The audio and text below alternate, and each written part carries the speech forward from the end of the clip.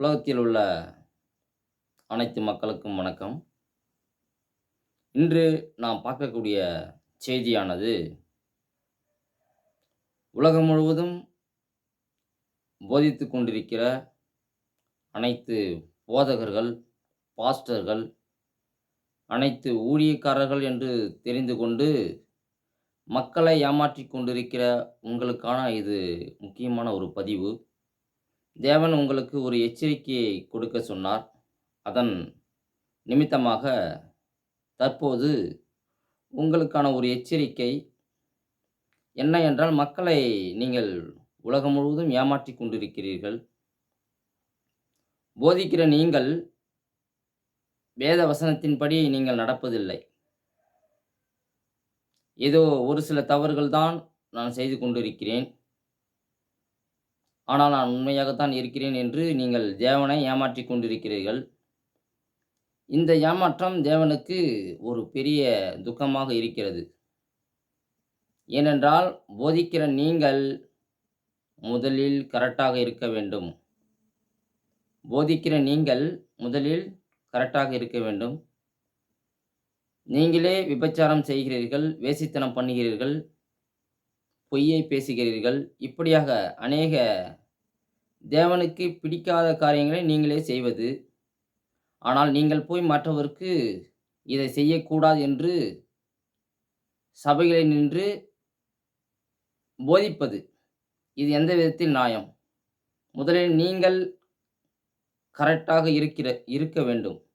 முதலில் நீங்கள் உத்தமனாக இருக்க வேண்டும். பிறகுதான் நீங்கள் போய் முதலில் சபைகளில் பேச வேண்டும். தேவன் உங்களுக்கு என் மூலயமாக ஒரு எச்சரிக்கை விடுக்கிறார். பாருங்கள், வேதம் என்ன கூறுகிறது என்று பாருங்கள்.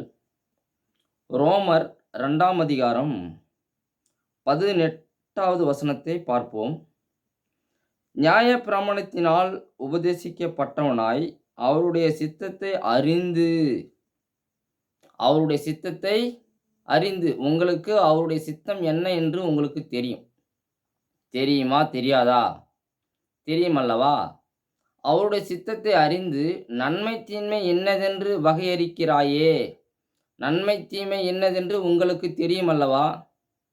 உலகத்தில் உள்ள அனைத்து ஊழியக்காரர்கள் என்று ஏமாற்றிக் கொண்டிருக்கிற நீங்கள், நன்மை தீமை எதுவென்று உங்களுக்கு தெரியும் அல்லவா? நீ உன்னை குருடருக்கு வழிகாட்டியாகவும் அந்தகாரத்தில் உள்ளவர்களுக்கு வெளிச்சமாகவும் பேதைகளுக்கு போதகனாகவும் குழந்தைகளுக்கு உபாத்தியனாகவும் நியாயப்பிரமாணத்தின் அறிவையும் சத்தியத்தையும் காட்டிய சட்டமுடையவனாகவும் எண்ணுகிறாயே. நான் பெரிய ஆளு, நான் எல்லாத்துக்கும் போதிக்கிறேன் அப்படின்னு நீ சொல்றல்ல. இப்படி இருக்க மற்றவனுக்கு போதிக்கிறல்ல, மற்றவனுக்கு போதிக்கிற நீ உனக்கு தானே போதியாமல் இருக்கலாமா? மற்றவனுக்கு பொய் சொல்லாதன்னு சொல்ற நீ பொய் சொல்லாம இருக்கலாமா? விபச்சாரம் செய்யாம இருன்னு சொல்ற நீ விபச்சாரம் செய்யலாமா?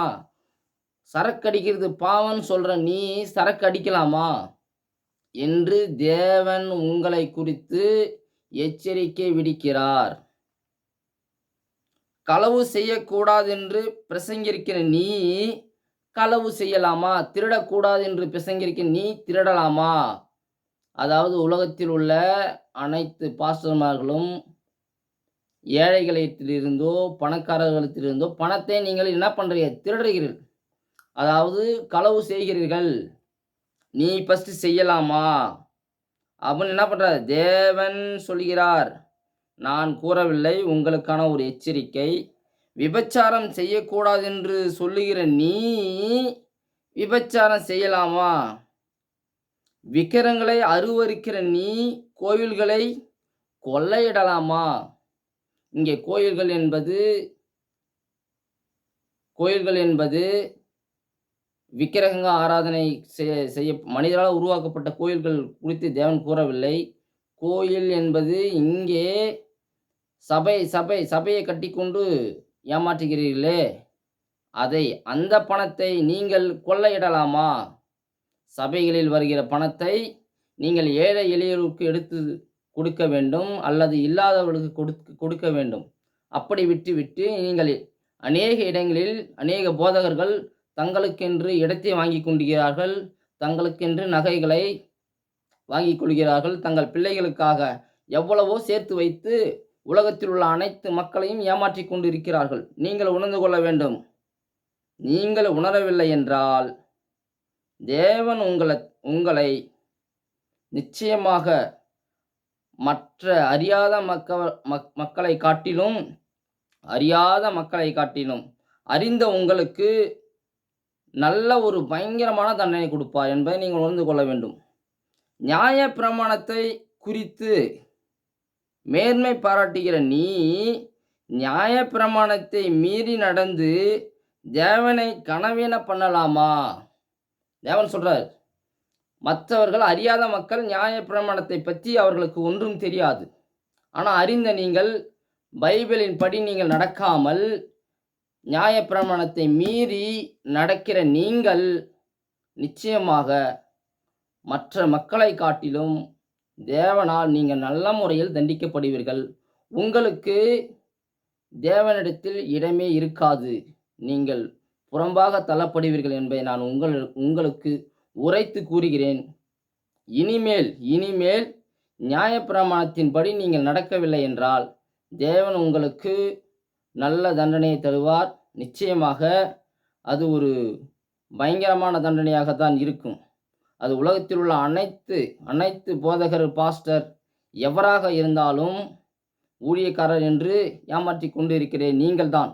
உங்களுக்கு தேவன் ஊழியக்காரர் என்று பெயர் சூட்டவில்லை. உங்களை இயேசு கிறிஸ்து உங்களை சகோதரர் என்று தான் அழைக்கிறார். சரிதானே? நீங்கள் ஊழியக்காரர் கிடையாது. மக்களிடம் சென்று நான் ஊழியக்காரன் என்று மக்களை ஏமாற்றாதீர்கள். நான் பாஸ்டர், நான் பெரிய ஆள், நான் போதகர் என்று ஏமாற்றாதீர்கள். நீங்கள் அனைவருமே போதகர் கிடையாது. நீங்கள் மக்களுக்கு சகோதரன் மட்டும்தான். வேதத்தில் இயேசு கிறிஸ்து உங்களுக்கு பெயர் வைத்தது சகோதரர். அதை மட்டும்தான் நீங்கள் போய் மற்றவருக்கு கூற வேண்டுமோ. நான் ஊழியக்காரன் என்று நீங்கள் சொல்லக்கூடாது, நீங்கள் பாஸ்டர் என்று சொல்லக்கூடாது, நான் போதகர் என்று நீங்கள் கூறவே கூடாது. அப்படி நீங்கள் கூறினால் தேவனுக்கு விரோதமாக பாவத்தை செய்து கொண்டிருக்கிறீர்கள். தேவனை உங்களை நிச்சயமாக தண்டிப்பார் என்பதை நீங்கள் உணர்ந்து கொள்ள வேண்டும். இத்துடன் என்னுடைய உரையை முடித்துக் கொள்கிறேன். நன்றி, வணக்கம்.